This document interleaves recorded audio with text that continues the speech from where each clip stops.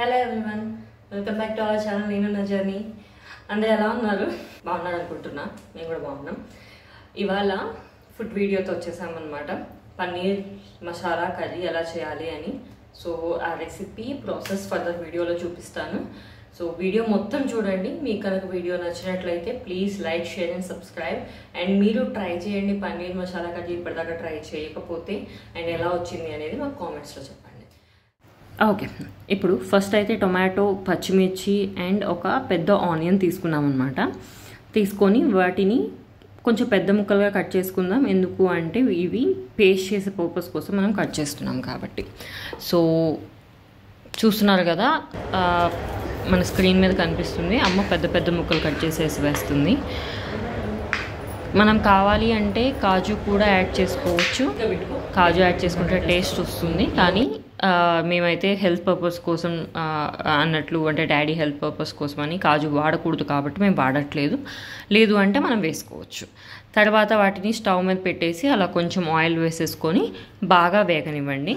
కాజు వేస్తుంటే కాజు కూడా చూసుకోండి, అంటుకోకుండా నీట్గా బాగా వేగనివ్వండి.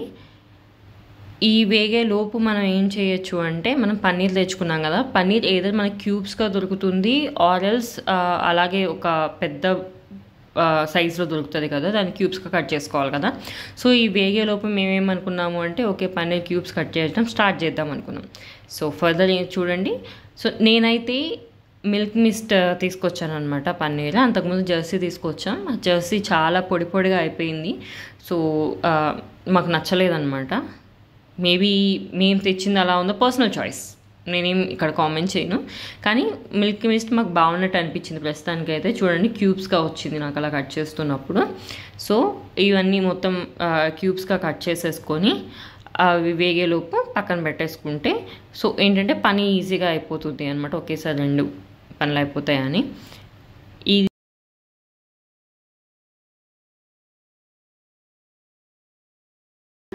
సో ఇప్పుడు ఏంటి అంటే కొంచెం సేపు చల్లారనిచ్చుకుందాం. చల్లారనిచ్చుకొని ఆ తర్వాత మిక్సీ జార్లో వేసేసి మనం పేస్ట్ చేసేసుకోవచ్చు అనమాట. సో ప్రస్తుతం చల్లార్చడానికి పక్కన పెట్టేశాను. ఈ లోపు మనకి టైం ఉంది కదా, ఈ లోపు టైంలో అయితే పన్నీర్ క్యూబ్స్ ఇన్నా కట్ చేసి పెట్టుకున్నాం కదా. సో పన్నీర్ క్యూబ్స్ని మనం వేయించుకోవచ్చు. సో ఇక్కడ ఏంటి అంటే మేము ఆయిల్ యూస్ చేస్తున్నాం. మనం నెయ్యి యూస్ చేసుకోవచ్చు. మీ దగ్గర నెయ్యి, బటర్ ఉంది అంటే దాన్ని యూస్ చేసుకోండి, టేస్ట్ వస్తుందన్నమాట. సో కొంచెం ఆయిల్ వేసి అది కాగనిద్దాం లైట్గా. ఇప్పుడు కొంచెం ఆయిల్ వేడెక్కింది. సో మనం ఇందాక పన్నీర్ క్యూబ్స్ కట్ చేసేసాం కదా, సో ఆ పన్నీర్ క్యూబ్స్ మొత్తం వేసేసుకుంటున్నాం. వేసేసుకొని కొంచెం ఎక్కువ వేగనివ్వద్దు, కొంచెం గట్టిగా అయ్యే ఛాన్సెస్ ఉంటాయి కాబట్టి ఎక్కువగా వేగనీయకుండా లైట్గా అలా వేయించుకుందాం.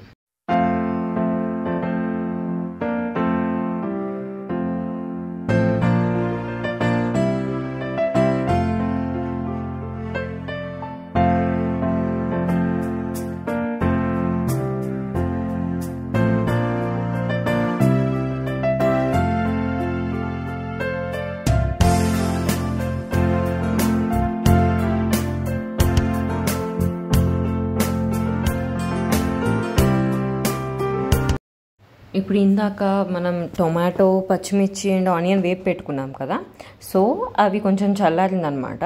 ఆ చల్లారిన దాన్ని మిక్సీ జార్లో తీసుకొని పేస్ట్గా చేసుకుందాం, ఫైన్ పేస్ట్గా చేసుకుందాము.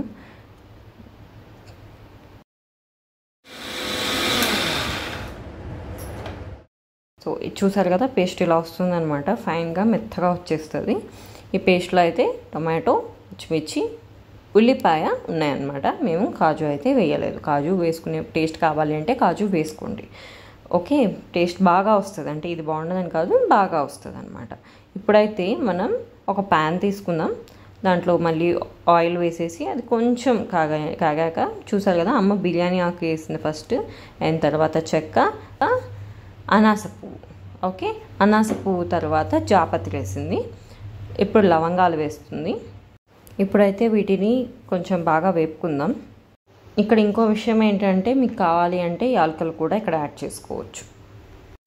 ముందుగా ఉల్లిపాయ చాలా సన్నగా తరిగి పెట్టుకున్నాం అనమాట. సో ఆ ఉల్లిపాయలు కూడా యాడ్ చేసేసుకొని ఆ ఉల్లిపాయలు కొంచెం గోల్డెన్ ఇష్ కలర్లో వచ్చేదాకా వేపుకున్న తర్వాత మనం ఆ పేస్ట్ యాడ్ చేసుకోవచ్చు.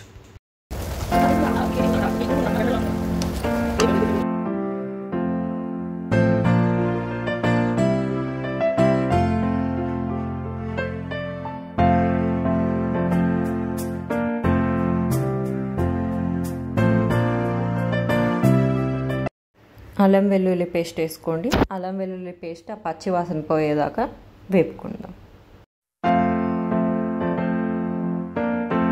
చూసారు కదా మన ఆనియన్ వేగిపోయాయి అనమాట. సో ఇందాక మనం ఒక పేస్ట్ రెడీ చేసి పెట్టుకున్నాం కదా, ఆ పేస్ట్ కూడా దీంట్లో యాడ్ చేసేసుకొని కాసేపు అలా వేగనిద్దాం కాసేపు. అండ్ ఆ తర్వాత మనం ఒక గ్లాస్ వాటర్ తీసేసుకొని ఆ వాటర్ కూడా కలిపేసేద్దాం.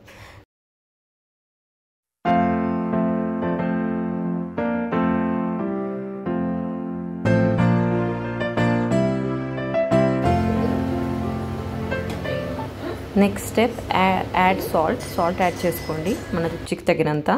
అండ్ ఆ సాల్ట్ బాగా మిక్స్ అయ్యేలా కలిపేసుకోండి. అండ్ ఆ తర్వాత కారం, అగైన్ టేస్ట్కి తగినంత కారం కూడా ఎక్కడ ఇట్లా ముద్దల్లాగా కాకుండా నీట్గా మిక్చర్లో కలిపేసుకోండి. ధనియాలు, జీలకర్ర వేపి చేసిన పొడి, కొంచెం పసుపు, కొంచెం గరం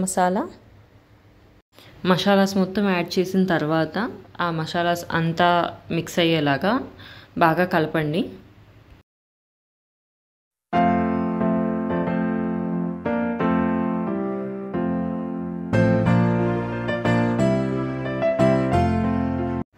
సో టేస్ట్ చూసేసుకొని రెడీ అయిపోయింది మిక్చర్ అనుకున్నప్పుడు మనం ఇందాక వేపు పెట్టుకున్న పన్నీర్ క్యూబ్స్ని యాడ్ చేసేసుకొని దాన్ని కూడా కొంచెం కలిపేసుకోండి.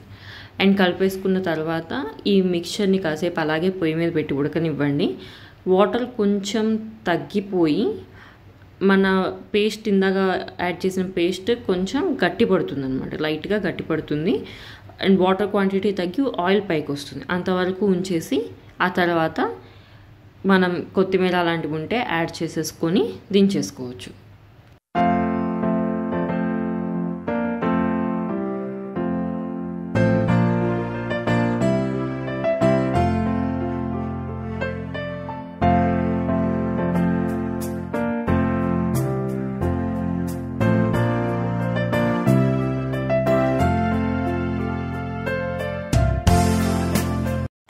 పన్నీర్ మసాలా కర్రీ రెడీ అయిపోయింది. సో వేడివేడిగా సర్వ్ చేసేసుకొని తినేసేయండి మరి. సో ఇదన్నమాట పన్నీర్ మసాలా కర్రీ తయారు చేసే వే. అండ్ పన్నీర్ అన్ని విధాల అందరికీ చాలా మంచిది. సో మీరు టేస్ట్ చేయండి, మీ ఫ్యామిలీ మెంబర్స్కి టేస్ట్ చేయించండి. ఇది మేమైతే చపాతీ చేసుకున్నాం, చపాతీలోకి కర్రీ చేసుకున్నాం అనమాట. చేస్తున్నాం కదా అని షూట్ చేశాను. సో వీడియో మొత్తం చూసినందుకు థ్యాంక్ యూ సో మచ్.